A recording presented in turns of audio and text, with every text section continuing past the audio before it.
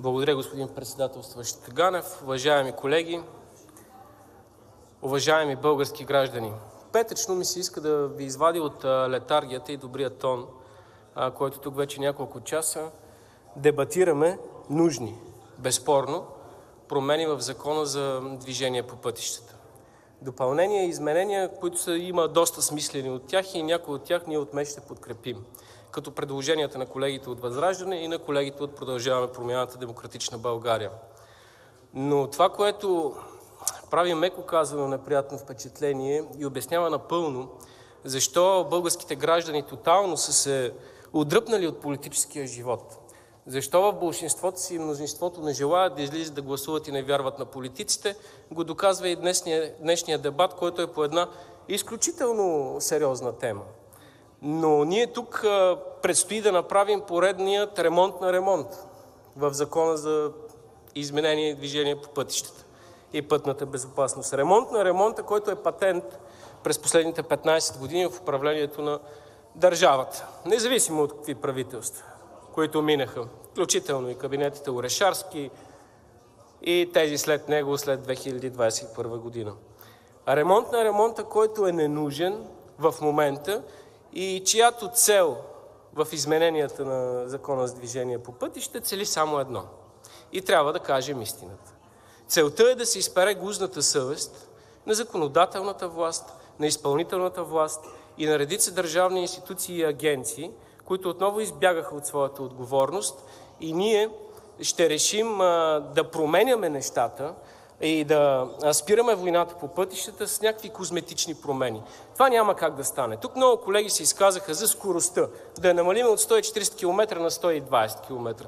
Колеги, има ли значение дали ще нацелиш с 120 км по магистралата някоя шахта, защото всяка шахта в България е дупка.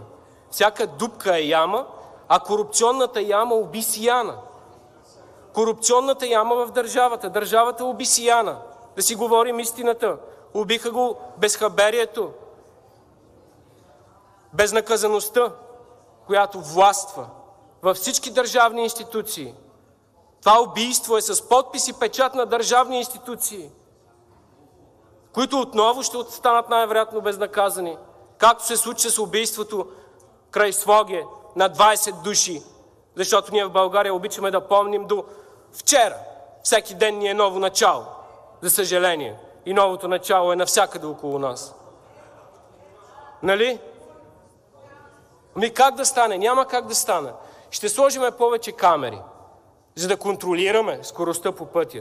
Какво ще контролираме, като отиваме във всяко едно районно полицейско управление и някой полицай корумпиран на най-ниско ниво отива и ти намаля глобата от 500 на 100 лева, давай, минавай. И това го знаят всички. И ние ще го докажем на предстоящия вод на недоверие и ще се обсъжда тук в тази зала. Хайде да спрем с това лицемерие. Обществото има оправдан гняв. Оправдан гняв към бездействието, към липсата на държава. Защото отговорни за убийството на Сияна и на хиляди българи по пътищата през годините е държавата. Виновни са десетки корумпирани бивши, може би и настоящи министри, народни представители бивши, най-вероятно има и настоящи в тази зала, на десетки директори в различни институции и агенции, които бездействат, които са приемали лобистки закони, които са прибирали пари под масата от обществени поръчки.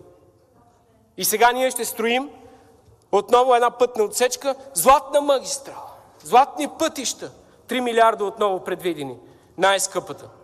И в същото време тук излизаме и си говориме за Пловдив, околовръстния път, за еди къде си. Всичко е разсипано. Минете по Цариградско шосе. Всяка шахта е дупка. В европейска България от 2007 година. Позорно е. Иска ми се наистина, защото знам, че в тази зала има и хора със съвест. Има и народни представители, които наистина искат да променят нещо. Да променят живота на българските граждани, да спрат войната по пътища. Това най-вероятно е желание на всички тук в тази зала. Но се зададат екзистенциалния въпрос.